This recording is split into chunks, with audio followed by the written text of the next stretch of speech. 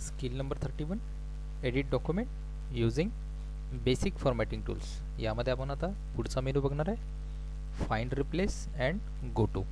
Okay, तर चला आपण सुरुवात करूया फाइंड रिप्लेसपासून. आता फाइंड रिप्लेस कशाला म्हणतो? फाइंड रिप्लेस म्हणजे आपल्याला जर आपल्या डॉक्युमेंटमध्ये कुठलाही एखादा शब्द, कुठली एखादी फ्रेज जर सर्च करायचा असेल तर आपण त्याला फाइंड करू शकतो.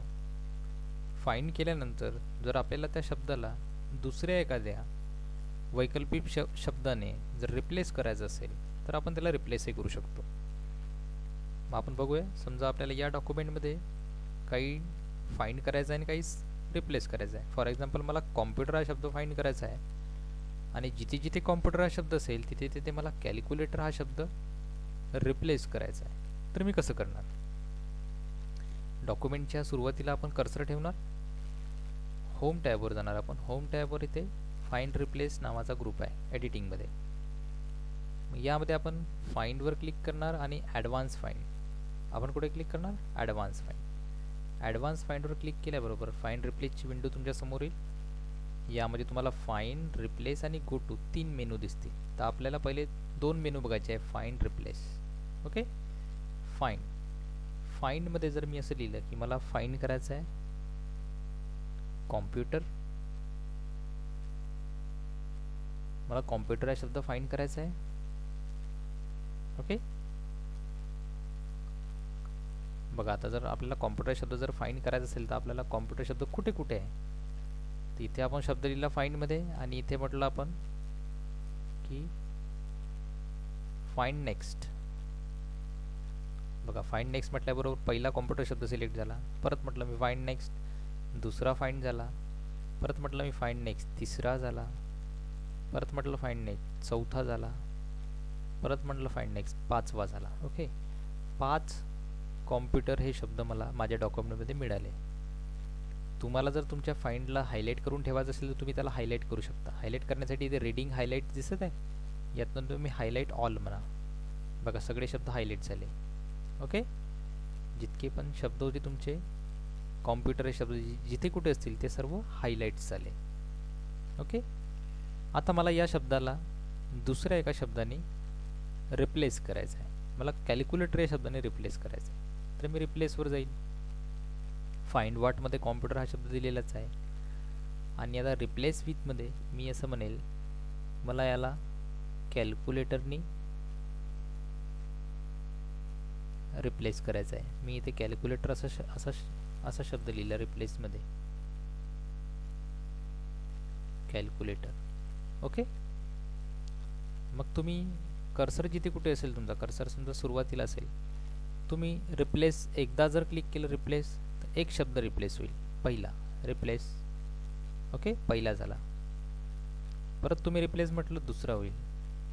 असं तुम्ही एक एक रिप्लेसवर क्लिक करून करू शकता. आणि जर तुम्ही एकाच वेळेस रिप्लेस ऑल म्हटलं तर जेवढेही शब्द त्याला सापडतील तेवढे सर्व शब्द तो रिप्लेस करू शकतो. त्याला आपण रिप्लेस ऑल म्हणणार. बघा, रिप्लेस ऑल झाले. तो सांगेल तुम्हाला की word has completed it's search for the document and has made 3 replacements.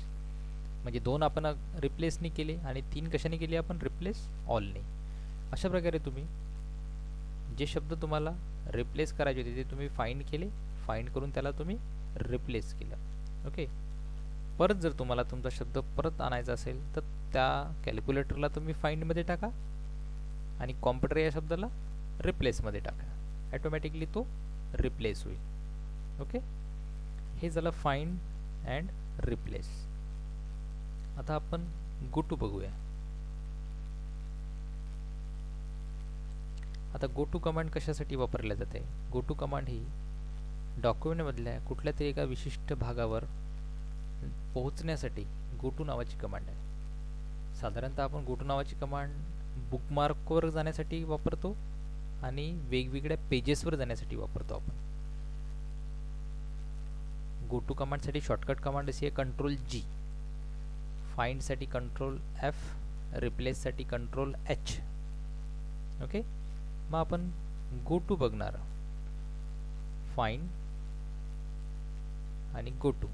Okay, go to म्हटल्याबरोबर इथे गो टूची विंडो आली, तीच आली विंडो मगाची फाइंड रिप्लेसची. याच्यात गो टू आला. गो टूमध्ये आता पेज आहे, सेक्शन आहे, लाईन आहे, बुकमार्क आहे, कमेंट आहे, फुटनोट आहे.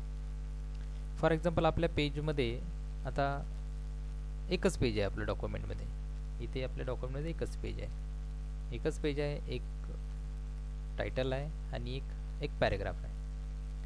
फॉर एक्झाम्पल मला लाईन्सवर जायचं. आता आम्ही लाईन्स सिलेक्ट करतो. लाईन्स समजा मला लाईन नंबर 3 वर जायचं आहे. ओके, 3.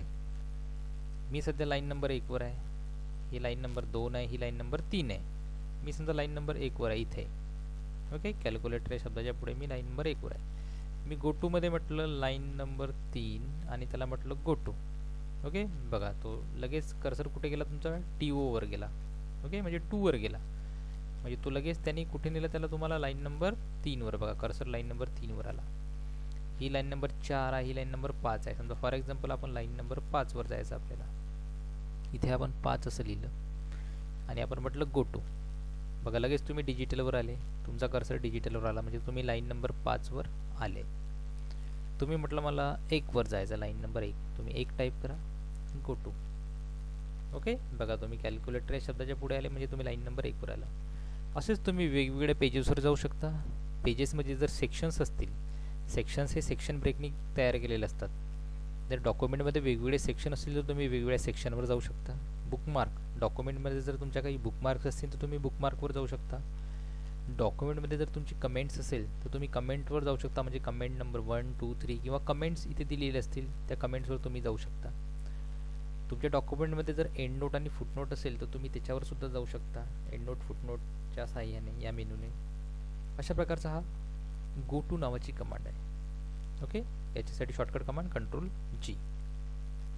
अशा प्रकारे आपण इथे find, replace and go to या तिन्ही कमांड्स बघितल्या. ओके.